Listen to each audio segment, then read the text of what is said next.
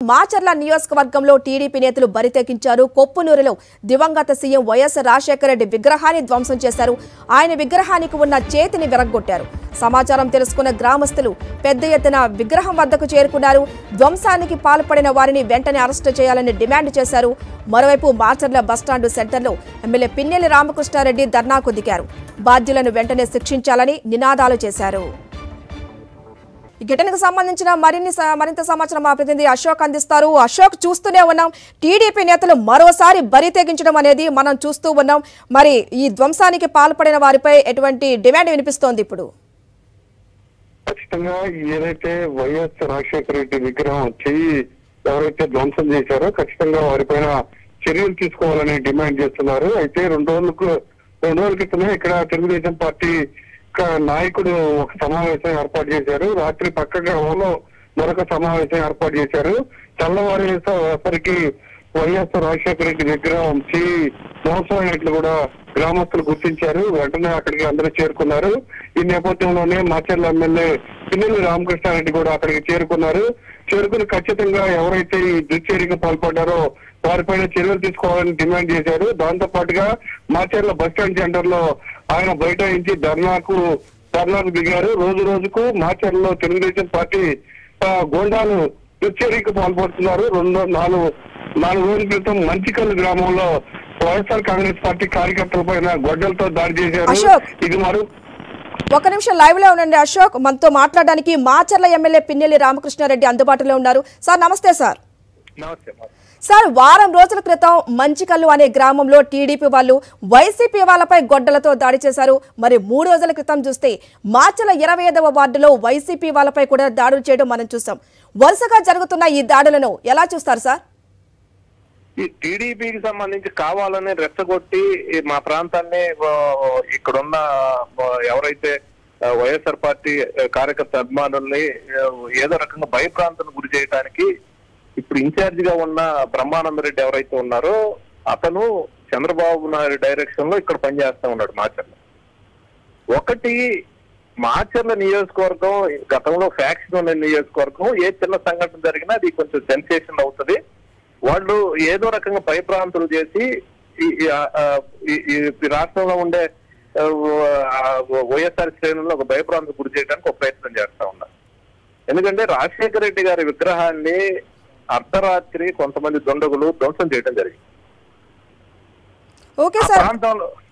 ప్రాంతంలో రాజశేఖర రెడ్డి గారు అంటే చాలా అభిమానం రైతులకు, ప్రతి రైతు కూడా. ఎందుకంటే ఆయన ముఖ్యమంత్రి బాధ్యతలు చేపట్టిన తర్వాత 2004లో రాజశేఖర రెడ్డి గారు వచ్చిన ముఖ్యమంత్రి అయిన తర్వాతనే అక్కడ అనుపు లిఫ్ట్ ఇరిగేషన్ ఒక స్కీమ్ ఇవ్వటం వల్ల ఇప్పటికి కూడా 15,000 ఎకరాలకి రాజశేఖర రెడ్డి గారు ఇచ్చిన స్కీమ్ వల్లే కొప్పునూరు అనుపు లిఫ్ట్ ఇరిగేషన్ ద్వారా నీళ్ళ వల్ల రైతులకి బ్రహ్మాండంగా కూడా పంటలు పండించుకుంటా ఉన్నారు. కానీ అది ఓరవలేక ఏదో రకంగా అక్కడ గ్రూపులు చేసి భయప్రాంతం చేయడానికి అర్ధరాత్రి 2 గంటలకు ధ్వంసం చేయడం జరిగింది. ఈ బ్రహ్మారెడ్డి వచ్చిన తర్వాతనే నేను ఈ మాచర్ల నియోజకవర్గానికి 4 పర్యాయం అంటే 15 సంవత్సరాలు నేను ఎమ్మెల్యేగా పనిచేస్తా ఉన్నాను. కానీ గడిచిన 1 సంవత్సరంన్నర నుంచే ఈ గొడవలు స్టార్ట్ అవునాయి. అంతకుముందు 13.5 సంవత్సరాలు ఎలాంటి సంఘటనలు కానీ ఎలాంటి కవ్వింపు చర్యలు కానీ ఎక్కడా కూడా లేని పరిస్థితి. కానీ ఇతను వచ్చిన తర్వాతనే ఒక ప్రీ ప్లాన్ మొన్న మంచికల్లు 2 చింతల మండలం మంచికల్లులో అక్కడ గొడ్డలతో దాడి చేయడం జరిగింది మా పార్టీ నాయకుడి మీద. అలాగనే ఒక 3 రోజుల క్రితం మాచర్ల పట్టణంలో ముస్లిం గడ్డ మీద దారుణంగా కర్రలు రాడ్లు తీసుకొని ఎవరు దొరికితే వాళ్ళని పక్క గ్రామాల నుంచి కొంతమందిని కూడా మొబిలైజేషన్ చేసి తాపిచ్చి పంపించి ఈ రోజు కూడా ఇప్పుడు కూడా వాళ్ళ హాస్పిటల్లో వైద్యం చేయించుకుంటా ఉన్నారు. ఈ రోజు చూస్తే రాత్రి చూస్తే అక్కడేమో రాజశేఖర రెడ్డి గారి విగ్రహాన్ని ధ్వంసం చేసి పెద్దగా కూడా ఫోన్లలో బెదిరియటం నానా రకాల కూడా వాళ్ళు భయప్రాంతం చేసే కార్యక్రమం చేస్తా ఉన్నారు. ఇది నేను పై అధికారులు కూడా చెప్పడం జరిగింది. ఇలాంటి సంఘటనల ద్వారా మా ప్రాంతంలో అలజడులు చేసి అతను ఏ రాజకీయ లబ్ధి పొందడానికి ఒక వ్యూహం ప్రకారం చంద్రబాబు నాయుడు డైరెక్షన్ లో ఇక్కడ ఉన్న బ్రహ్మానందరెడ్డి పనిచేస్తా ఉన్నాడు. ఇదే బ్రహ్మానందరెడ్డి గతంలో వాళ్ళమ్మ ఎమ్మెల్యేగా ఉండి చంద్రబాబు నాయుడు అధికారంలో ముఖ్యమంత్రిగా ఉన్న టైంలోనే ఒకే రోజు 7 మందిని హత్య చేసిన 7 మందిని హత్య చేస్తే ఆ కేసులో A1 ముద్దాయి ఈ బ్రహ్మానందరెడ్డి. అతను వ్యక్తిత్వం గాని అతని యొక్క స్వభావం గాని వికృతంగా ఉంటుంది. వికృతంగానంటే వాళ్ళ చేష్టలు కూడా అదే పరిస్థితిగా ఉంటాయి. అతని రక్తపు కూడు కోసం అలవాటు పడి మళ్ళీ పల్నాడు ప్రాంతాన్ని రక్తమయం చేయడానికి ఒక ప్రయత్నం చేస్తా ఉన్నాడు. నేను అధికారులను కోరుతా ఉన్నాను, ఇప్పటికే ఎస్పీ గారితో కూడా మాట్లాడటం జరిగింది. ఇలా చిన్న చిన్న సంఘటనలు కఠినంగా అణిచివేసి ఆ ప్రాంతం ప్రశాంతంగా ఉండే విధంగా లా అండ్ ఆర్డర్ ప్రాబ్లం ఎక్కడా కూడా విఘాతం కలగకుండా ప్రశాంతంగా మా ప్రాంతంలో ఉండే విధంగా కూడా చర్యలు తీసుకోవాలని కూడా కోరటం జరిగింది. నేను ఇప్పటికే మా యొక్క శ్రేణులు కానీ మా పార్టీ అభిమానులు కానీ అందరినీ కూడా సమన్వయంతో ఉన్నామని చెప్పడం జరిగింది.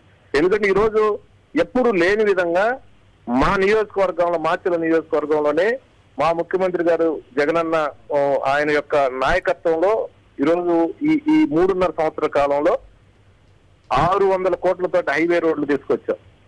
ఎప్పుడు లేని విధంగా వైద్యం కోసం 100 బెడ్డెడ్ హాస్పిటల్ కోసం జీవో ఇవ్వటం జరిగింది. ఈరోజు వరకపుడిచాల ప్రాజెక్టు సంబంధించి అనుమతులు కూడా తీసుకురావడం జరిగింది. ఈ రకంగా కూడా మేము అన్ని డెవలప్మెంట్ మేము చేస్తా ఉంటే ఓర్వలేక డిస్టర్బ్ చేయడానికి ఈ బ్రహ్మానంద రెడ్డి ప్రయత్నం చేస్తా ఉన్నాడు. ఇది చాలా దారుణమైన విషయం. రాజశేఖర రెడ్డి గారిని విగ్రహాన్ని టచ్ చేయటం అంటే మా ప్రాంతంలో ముఖ్యంగా పేద వర్గాల యొక్క గుండెలను టచ్ చేసినట్టుగా భావిస్తా ఉన్నారు. ఎస్ సార్, ఓర్వలేకే ఇదంతా చేస్తున్నారని మరి క్లియర్గా మనకు అర్థమైపోతుంది. మరి ఒక వ్యూహంతోనే ఇదంతా చేస్తున్నారని కూడా అనిపిస్తుంది. దీనికి మీరేమంటారు? ఖచ్చితంగా వాళ్ళు వ్యూహం ప్రకారం చేస్తా ఉన్నారు. అయినా కూడా మా శ్రేణి సమన్వయంతో ఈ యొక్క 45 రోజులు ఏదైతే ఉందో సమన్వయంతో ఉండమని కోరుతా ఉన్నాను. ఖచ్చితంగా ఎవరైతే రాజశేఖర రెడ్డి గారి విగ్రహాన్ని టచ్ చేశారో, ఎవరైతే దీన్ని వెనకున్నారో, ఆఫ్టర్ ఎలక్షన్ తర్వాత ఏ ఒక్కరిని కూడా వదిలిపెట్టే ప్రశ్నే లేదు. వాళ్ళకి అంతకంతకు అనుభవిస్తారు. ఇప్పటికే దానికి సంబంధించి ఎవరైతే దోషులు ఉన్నారో, ఎవరైతే వెనకాల ఉన్నారో వాళ్ళందరినీ కూడా వాళ్ళ మీద చర్యలు తీసుకోమని మేము లిఖితపూర్వకంగా కూడా సంబంధించిన పోలీసు అధికారులు కూడా చెప్పడం జరిగింది. Thank you so much sir, మీ అభిప్రాయాలు మాకు తెలియజేసినందుకు.